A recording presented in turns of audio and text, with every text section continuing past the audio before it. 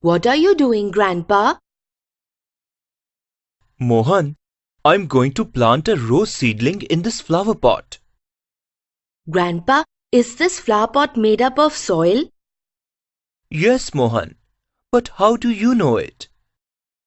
Oh, once I had seen a potter making a pot by using wet soil. But Grandpa, if it is made up of soil, why does it look different from the garden soil? Mohan, it is made up of clay, which is one of the components of the soil. Oh really, Grandpa?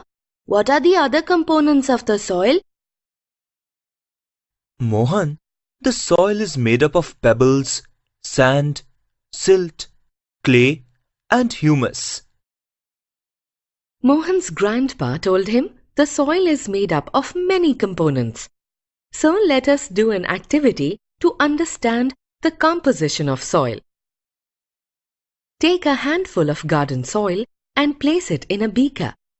Add water into the beaker up to 3/4 part of it.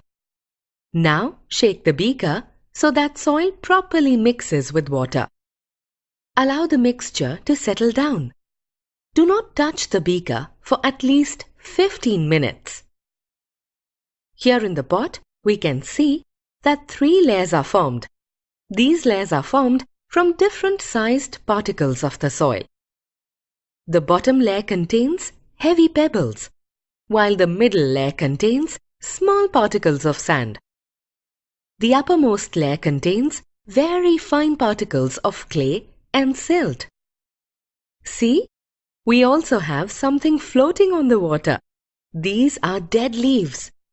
This is called humus. Humus is lighter than the water. Thus, it floats on its surface.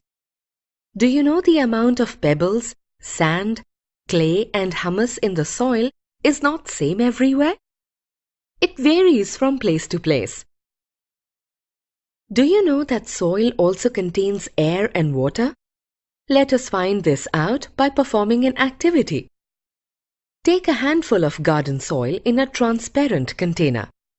Put a lid on the container. Keep the container undisturbed and exposed to direct sun rays. We can see tiny droplets of water inside the container on its lid. This means soil contains water. Due to heat of sunlight, water drops appeared on the container. Now, let us take some water in another container and add a handful of soil in it. Look, some air bubbles are forming. These bubbles are formed because air trapped in the soil releases from the gap present between the soil particles.